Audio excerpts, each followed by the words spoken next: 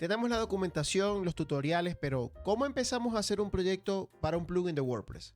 Ok, primero debemos enfocarnos en siempre tener a la mano la documentación oficial, ya que esto nos va a permitir resolver algunas dudas iniciales e incluso en el transcurso del desarrollo nos va a ser bastante útil. Para esto necesitaremos un editor de código, que puede ser cualquiera que tú uses. En este ejemplo yo usaré Visual Studio Code, usaré un entorno de pruebas para WordPress para probar nuestro plugin, y una estructura de proyecto también es necesaria, la cual también vamos a usar para poder organizar y poder tener control de nuestras carpetas al momento de hacer el proyecto. También debemos escoger y entender sobre una licencia de software al momento de nosotros publicar nuestro plugin.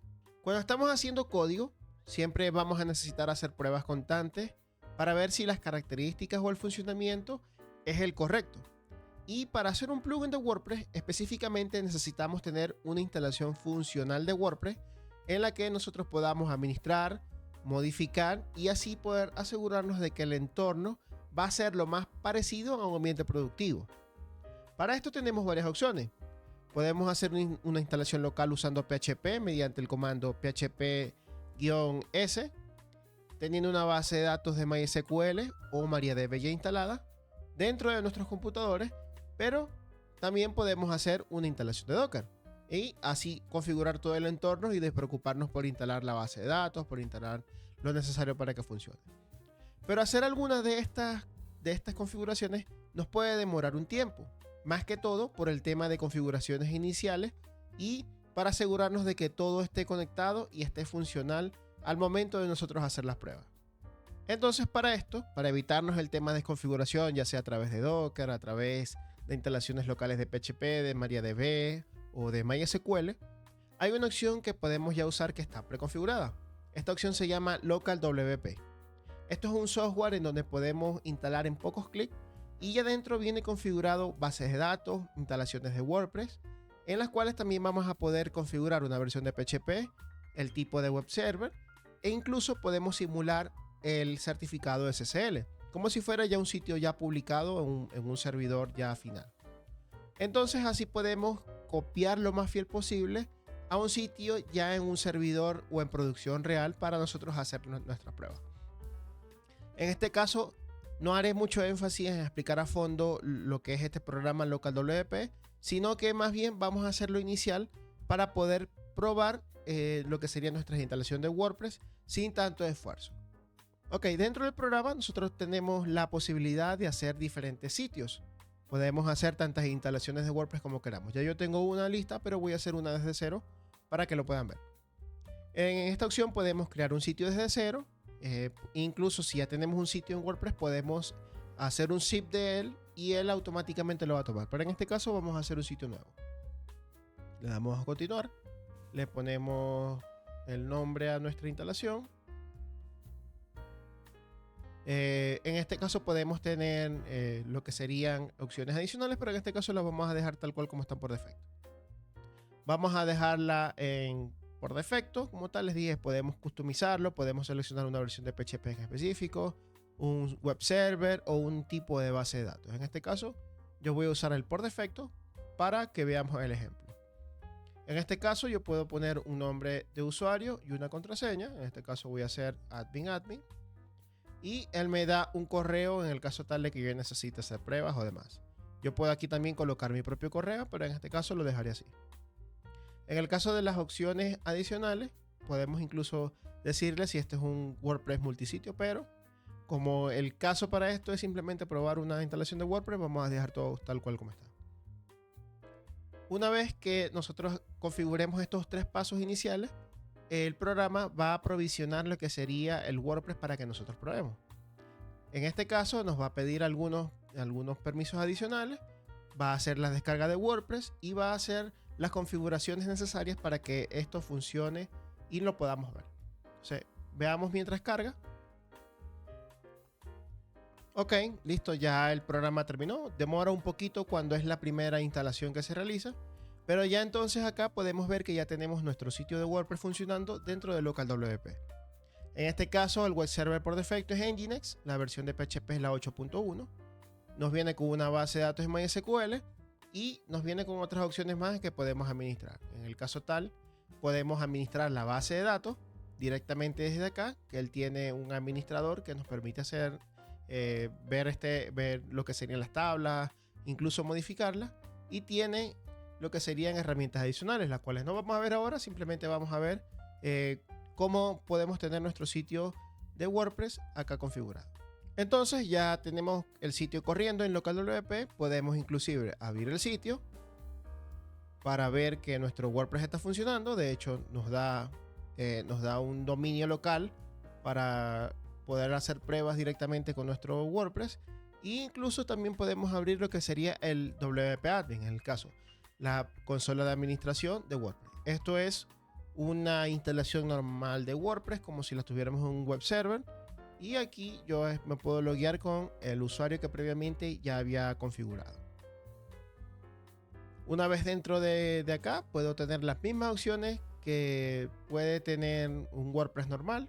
Y esto es lo que a mí me va a permitir entonces hacer la subida del plugin o incluso modificar los archivos como tal de WordPress ya dentro de esta instalación. Dentro de lo que sería LocalWP, también tenemos la posibilidad de ver las carpetas de nuestra instalación como tal. Si le damos a ir a la carpeta, él nos va a abrir la carpeta por defecto en donde está instalado nuestra instalación de WordPress.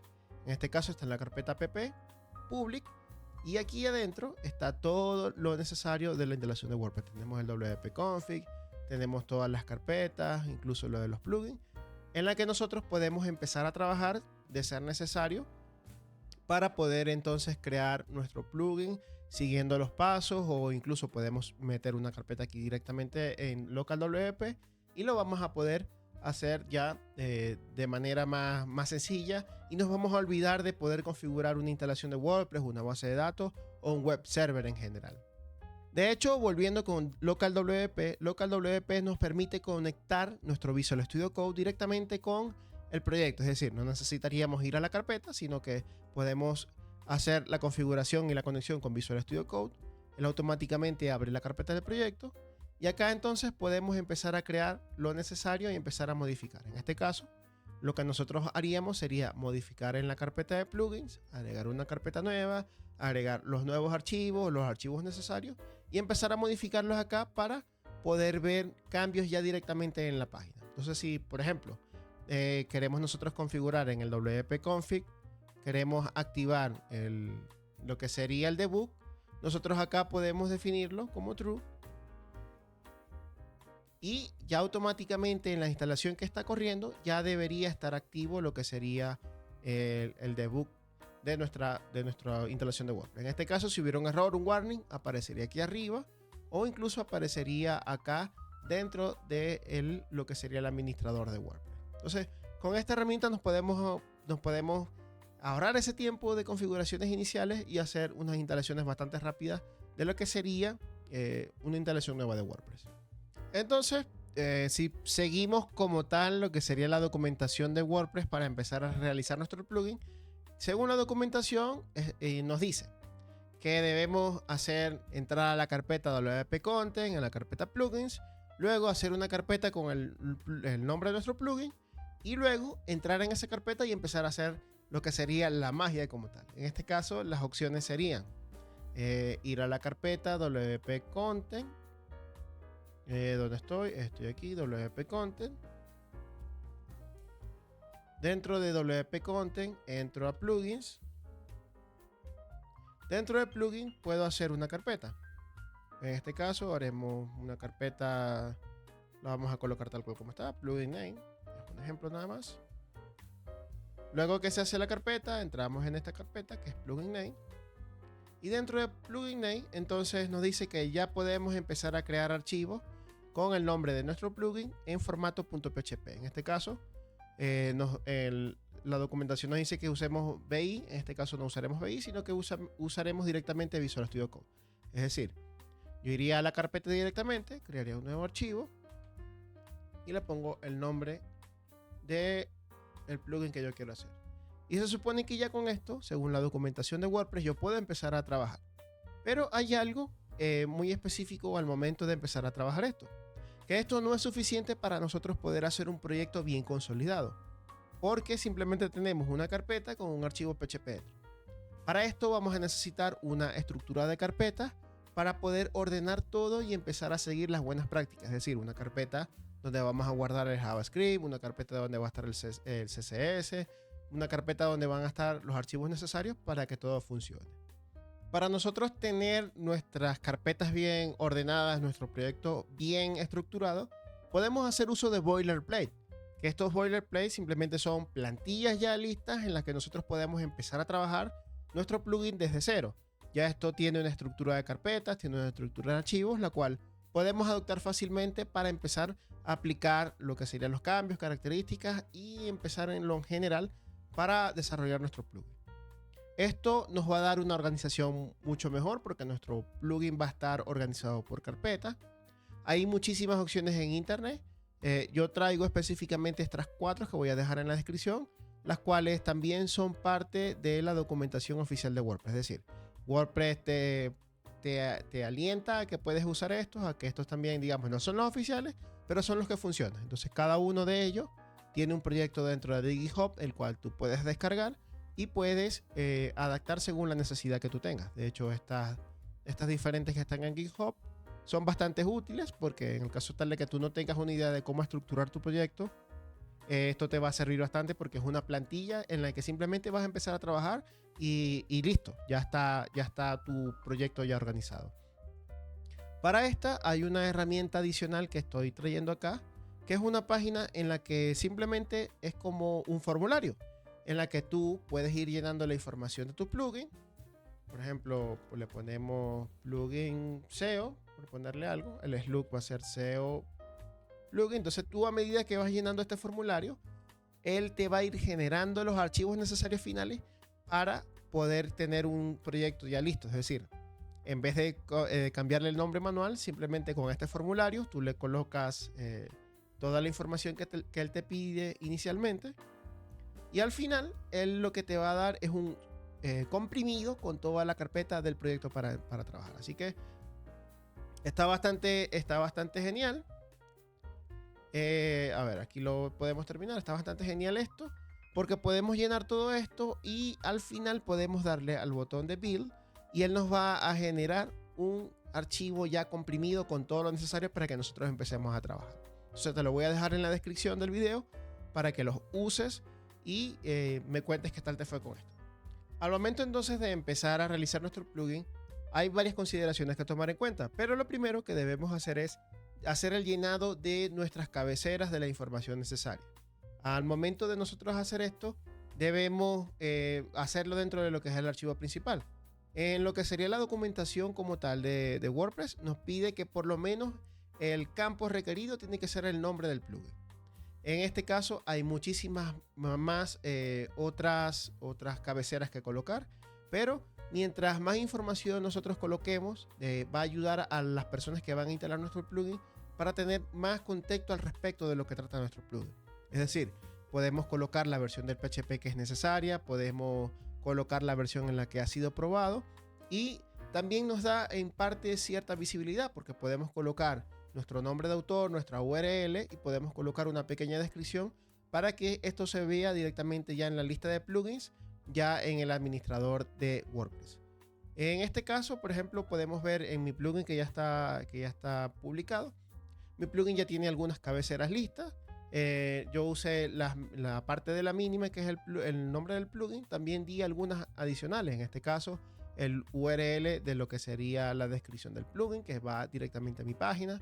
Una pequeña descripción en la que la persona puede saber qué es lo que hace mi plugin, y esto lo puede ver directamente en la parte del administrador. La versión de mi plugin, el autor, en este caso yo, la URL o el homepage de lo que sería el autor, en este caso mi página personal, el tipo de licencia, también la URL de la licencia, la que describe el tipo de licencia que tiene este plugin para poderlo usar, y el tech domain y el path en donde está toda la parte del idioma. En un video anterior ya hablamos sobre esto, sobre el tema de la internacionalización. Esto es necesario para que, en el caso de que si tú quieres hacer tu plugin en español, Recuerda que tienes que hacerlo primero en inglés, luego hacer un Tech Domain para que todo el tema de la internacionalización ocurra y también definirle dónde están estos archivos de idioma. En este caso, podemos verlo rápidamente. Todos los archivos de idioma están dentro de la carpeta que ya yo estoy definiendo dentro de la cabecera. Cuando nosotros estemos trabajando en el plugin y saquemos nuestra primera versión, es importante que nosotros sigamos lo que sería un estándar de versiones para poder especificar directamente ya en el directorio de plugin y que nuestros usuarios tengan una visión clara. Al momento de hacer esto de los plugins es necesario, recuerden, siempre seguir las buenas prácticas, seguir las documentaciones, seguir los estándares de PHP. Y también tenemos que seguir lo que sería tener coherencia al momento de tener estos niveles de versión. Para esto se usa y se recomienda lo que se llama el versionado semántico. Quizás ya conozcas esto o lo has visto en algún momento en el que has descargado un software o incluso con un plugin, y de hecho, si tú usas WordPress todos los días o tienes tiempo usando WordPress, vas a ver que cuando WordPress hace una actualización, se actualizan también la versión de números y estos números van cambiando. Esto es porque WordPress también adopta esta forma de trabajo con lo que sería el versionamiento semántico. Esto, lo que simplemente el versionamiento semántico es una propuesta para resolver algo que se conoce como el infierno de dependencias. Que mientras más crece tu sistema y más paquetes integrados tenga, el software es más probable que te encuentres con pozos de desesperación. Es decir, va a ser más difícil saber qué estás haciendo, mantenerlo y demás. Esta metodología fue escrita por el inventor de Gravatar y cofundador de GitHub, que es Tom Preston. Y en realidad esto lo que nos da es más facilidad al momento de nosotros hacer nuevos releases, nuevas características y demás. Todo esto, lo que sería el versionamiento como tal, el versionamiento se compone por 3 números. Es decir, quizás has visto en el que un software es en versión 1.0.0. Esto es porque usa versionamiento semántico. Pero cada número tiene su significado y su uso como tal. Los números en orden desde izquierda a derecha hacen referencia a Major, Minor y Patch.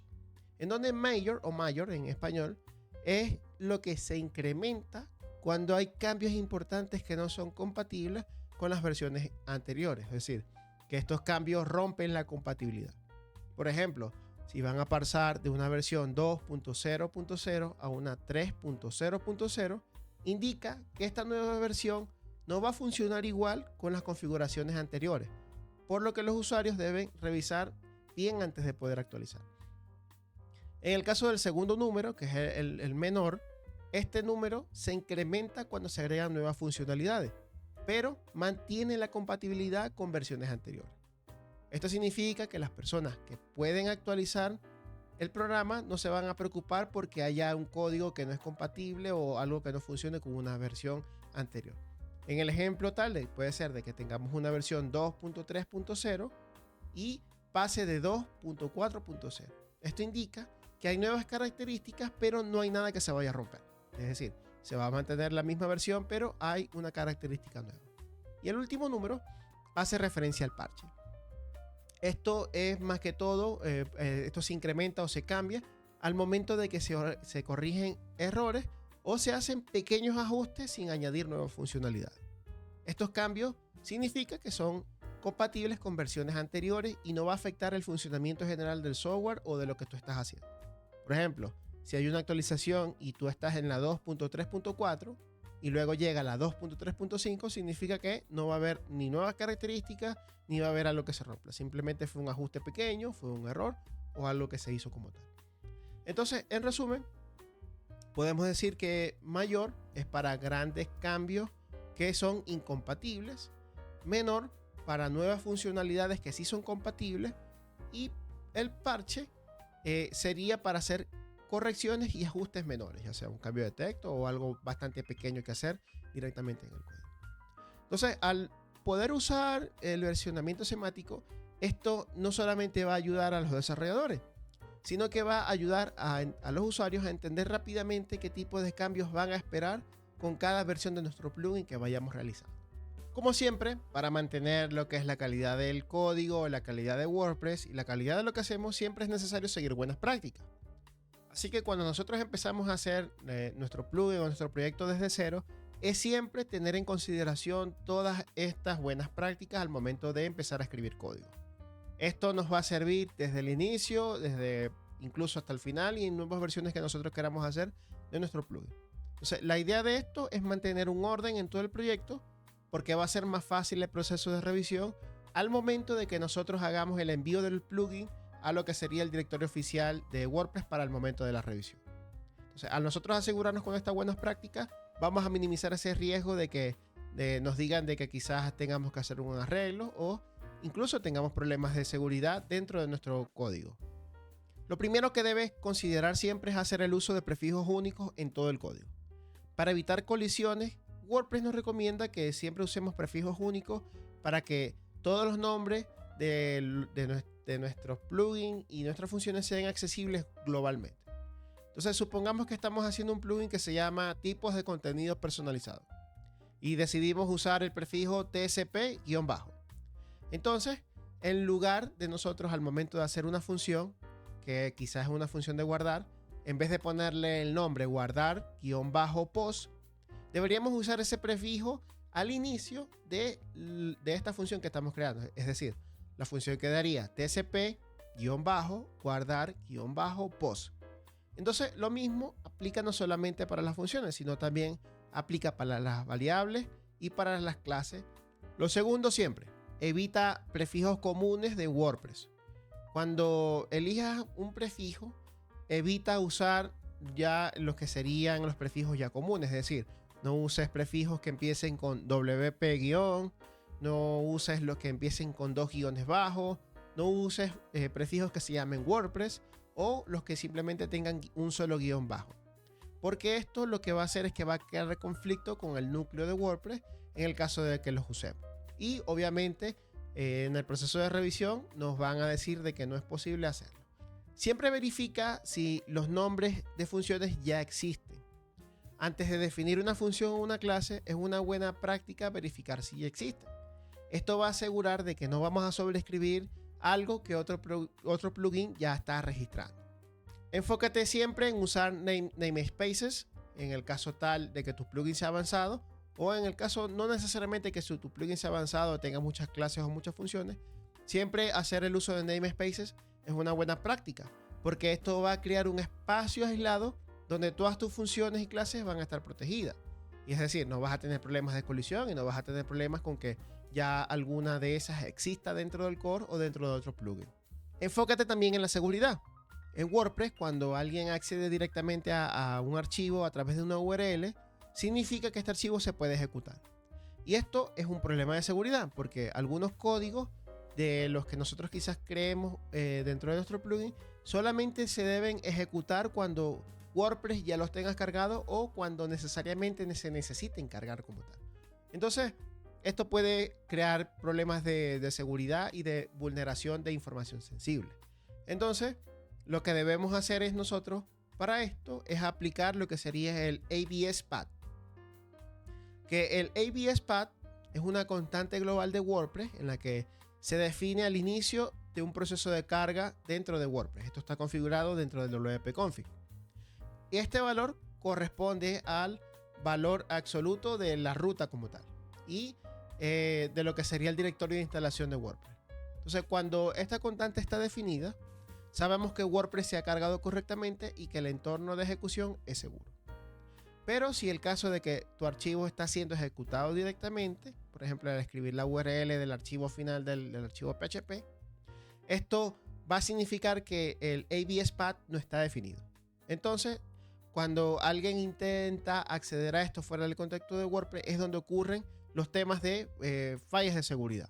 Entonces, para nosotros poder evitar esta implementación de esta falla de seguridad, podemos implementarlo. Entonces, para hacerlo, tenemos que verificar si el ABS path está definido desde el comienzo de los archivos de cada código. Y así vamos a asegurar que si el ABS path no está definido, bloqueamos el acceso y finalizamos la ejecución del código. Entonces, con esto vamos a reducir el tema de data leak, vamos a reducir el tema de que inyecten algo a través de nuestro código o que roben información como tal sensible de lo que nosotros tenemos. ¿Cuándo aplicar el ABS path? Se recomienda hacerlo en dos casos. Se recomienda hacerlo en el archivo principal del plugin, que es el donde se definen las cabeceras, donde se definen todas las inicializaciones. Y también se recomienda ejecutarlo en cualquier otro archivo que ejecute código PHP. También deberíamos aplicarlo en cualquier archivo PHP. No está de más poder aplicarlo en todos nuestros archivos que sean de extensión PHP o ejecuten este tipo de código que puedan representar un problema de seguridad. Hay un montón de documentación en la cual puedes apoyarte en el desarrollo de tus plugins y también te puedes apoyar en la comunidad. Y si hay algo en específico en que yo pueda ayudarte, puedes dejarlo en los comentarios o contactarme y con mucho gusto te ayudaré a resolver cualquier duda. Recuerda que si esta información te resultó útil e importante, puedes compartirla, dejar un me gusta o suscribirte.